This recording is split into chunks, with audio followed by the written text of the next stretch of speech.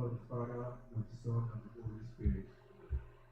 Our Father who art in heaven, hallowed be thy name. Thy kingdom come. Thy will be done on earth as it is in heaven.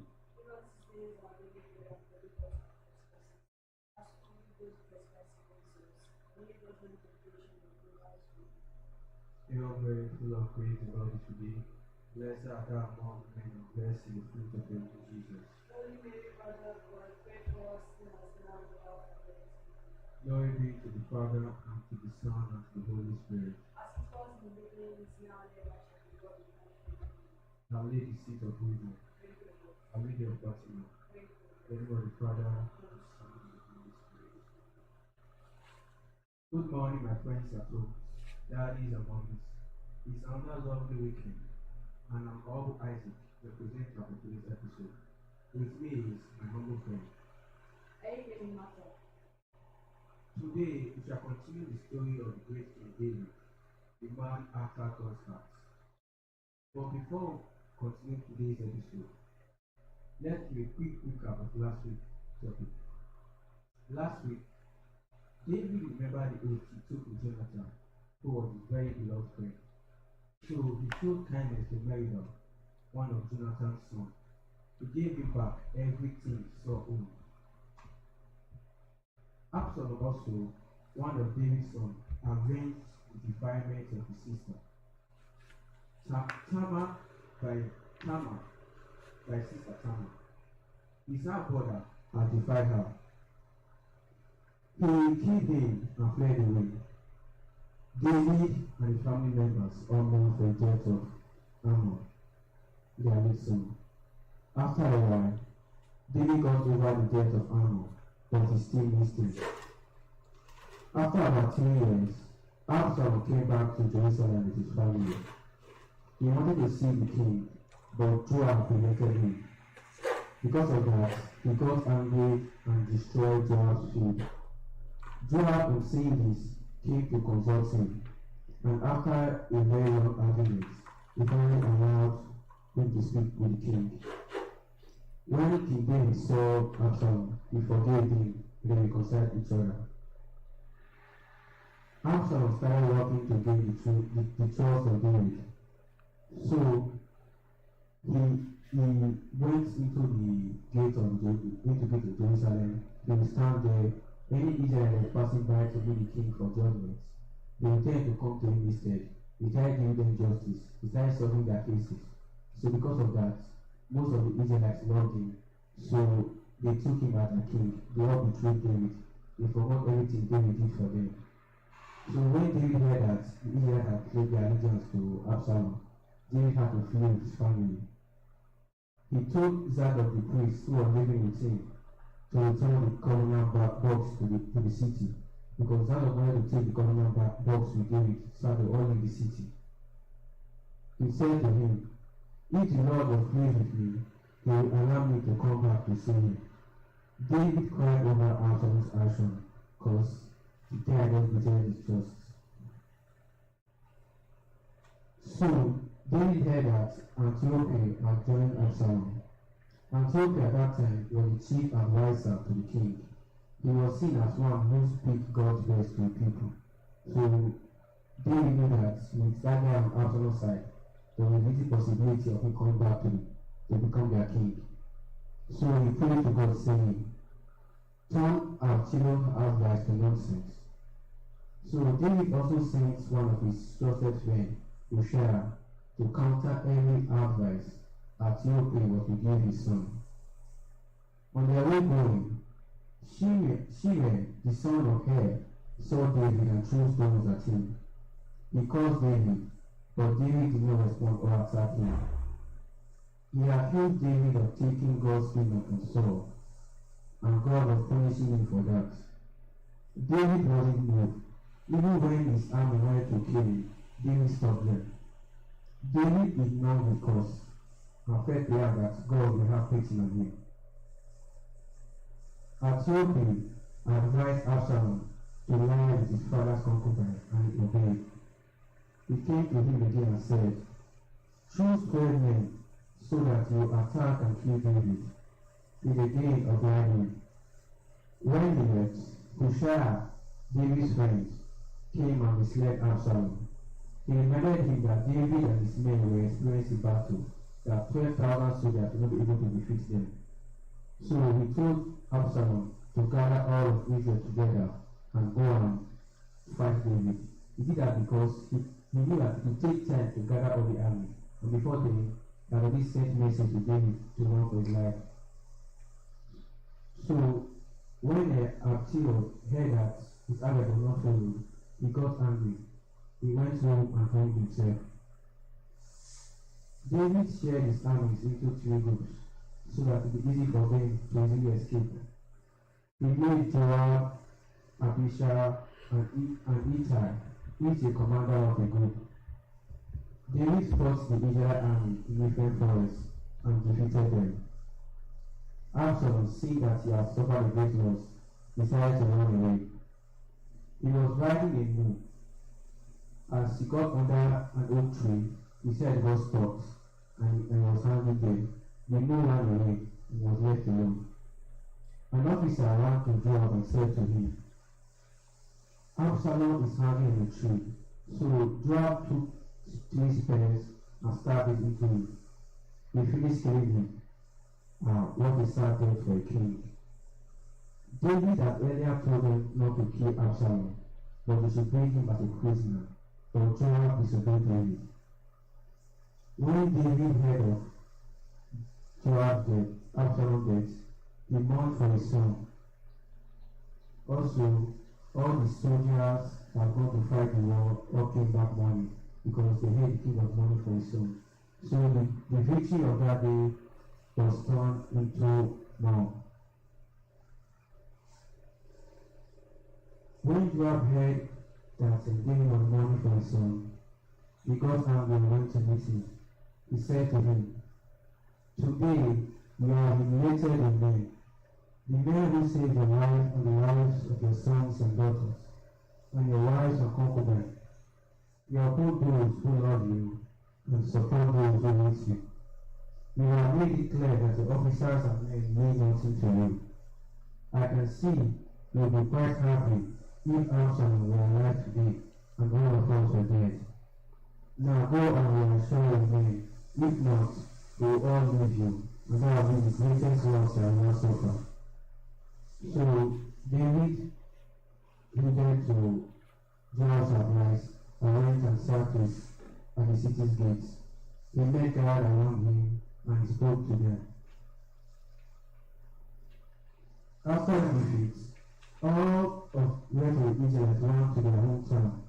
They started quarreling among themselves, and they said to each other, David saved us from our enemies. They rescued us from the Philistines, and now he has fled from Absalom and left the country. We appointed Absalom, and now he has died in battle. So, can anybody go back and bring King David? As you can see, the Israelites were very unfaithful people. They forgot all what David did for them, and they followed Absalom. But now Absalom is dead, and they are looking for David. Wow, what a funny thing. The rest of the Israelites reached King David, so he sent Zadok the priest to the leaders of Judah, saying, Why should we be the last to go and bring me back to the palace? You are my relative, my flesh and blood. He also made Amasa, who was from Judah, commander in place of Joab. He punished Joab for killing Absalom. David's words found favor in the ears of the leaders of Judah, so they agreed to escort him to Jerusalem. On their way back, the king met the men of Judah at Jordan River. As the king was getting ready to cross the river, Shimei, the Benjamites, who had earlier caused him and chose to at him, came to David and threw himself in front of him and begged for mercy. David forgave him and promised not to kill him. Barzillai was also among the escorts. He was an old man who was very rich. He had provided food for David and his men when they were fleeing from Absalom. The king said to him, Come with me to Jerusalem, so that I can take care of you. But he answered, I am very old, and neither find pleasure in food or drink. But instead, take my son, kill him, and do what you think best to him. The king assured him that he would take care of his son. He kissed him and gave him his blessing, and Barzillai went back home. When the king has crossed the river Jordan, he went to Gilead with Shimon and all the people of Judah and half of Israel. Then the Israelites said to each other, Your Majesty, why did our brothers, the men of Judah, think they have the right to take you away and escort you, your families, and men across Judah? The men of Judah answered, We did it because the king is one of us. Why should this make you angry? You are not giving us food or paying us anything. The Israelites replied, We have 10 times many claims on King David as you have, even if he is one of you. Why do you look on us? Don't forget that we are the ones who fought up about giving the king back. The men of Judah were few in number, but they were very violent, so they won over the argument.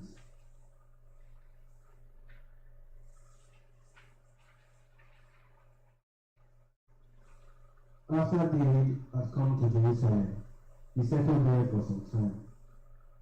There came a severe famine, which lasted for 2 years. During the first year, David felt it was just in the mountain. The second year, it became worse. He thought God was punishing them, that by the end of that year, the famine would stop. But it continued till the 3rd year. So David had to consult the Lord. And the Lord said to him, Saul and his family are guilty of murder. They murdered the people of Gibeon. The Gibeonites were a small town near Israel. The Israelites had promised 400 years ago not to harm them. Saul did it to please the Israelites, so God was angry for that. So David summoned the Gibeonites and asked them what they wanted. They requested for 7 late descendants of Saul. So David spared the families of Jonathan, because Jonathan was a friend. He took Amoni and Mephibosheth, the 2 sons of Ripah. He also took the 5 sons of Saul's daughter, Merab, who she had bound to Azrael, the sons of Barzillai, who was from Mehok. David handed them over to the Gibeonites, who hung them over the mountain.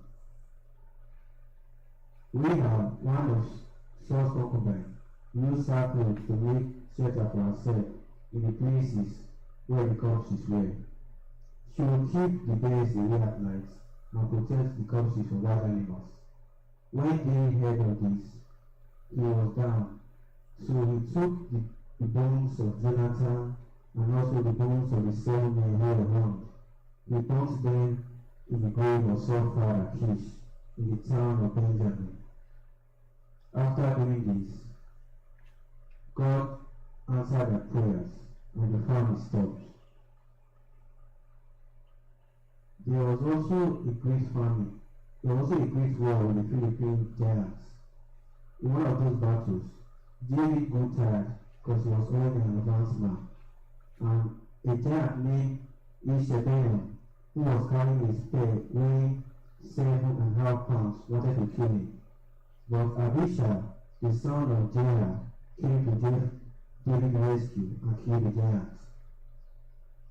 All the 4 descendants of giants were killed by David and his men. David sang praises to God for the battles he had won and for the deliverance of Saul. He said, The Lord is my protector, he is my strong fortress. You can find this beautiful song in 2 Psalm 22, verse 1 to 51. Also in Psalm 18. David, son of Jesse, was a great man whom God chose to lead his people. He was the composer of beautiful songs. These were the last words.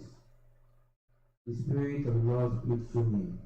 You can also find this song in 2 Samuel 23, verse 2 to 7.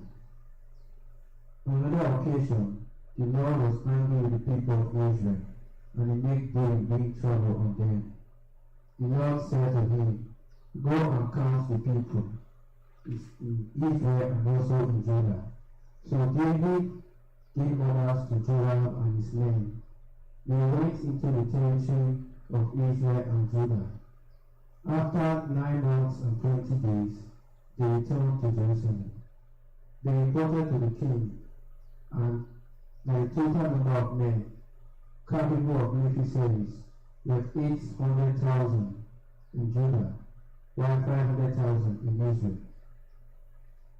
After the census, David's conscience began to judge him. He prayed to God, saying, I have committed a terrible sin in doing this.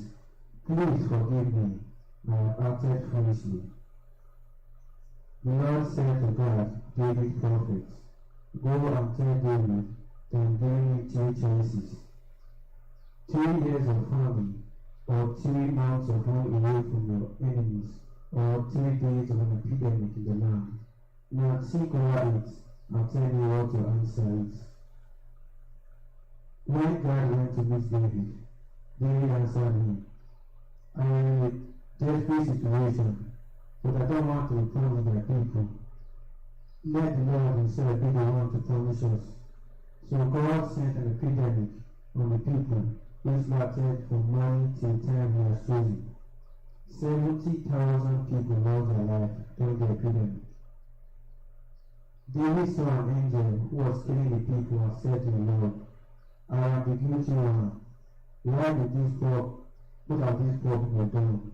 Why not punish me and my family instead?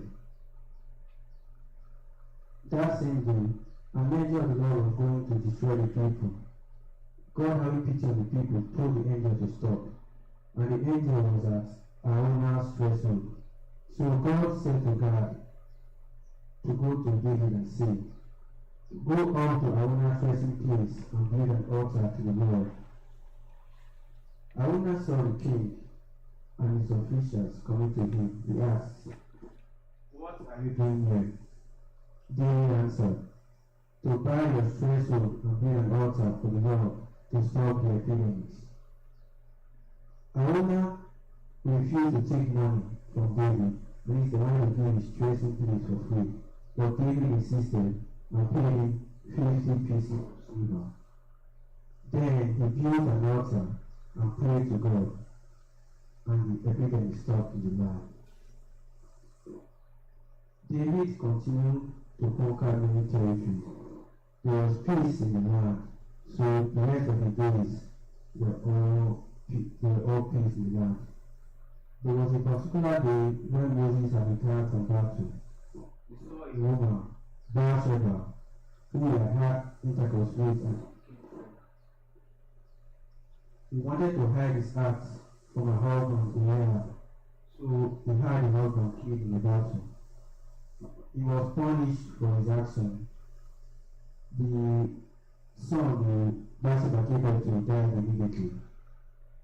He repented and made to Bathsheba again, and she gave birth to the great king Solomon.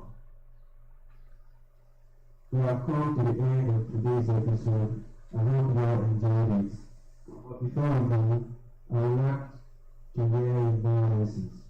So, Martha, what do you learn from this story? Okay, I learned many things. First of all, I learned that we should always be obedient to God. Also, we should never be jealous of our neighbor, no matter the situation. We should always be happy for them. Thank you. That was a very wonderful one. That was a very wonderful one. Okay, now I give you my own moral lessons. If the Lord is on your side, victory is yours. Like David, he had the Lord come on his side. Even when his son Absalom rebelled against him and took over, God still restored David back to his throne. So we should always learn to have hope in God. And also, our goal is never forgotten. David remembered Bathsheba for his kindness, and he wanted him. He took his son to his palace,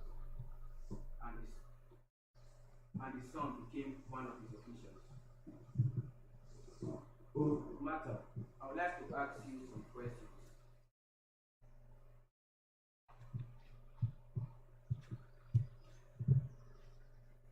Who rebelled against David? Bathsheba. How many famous soldiers did David have?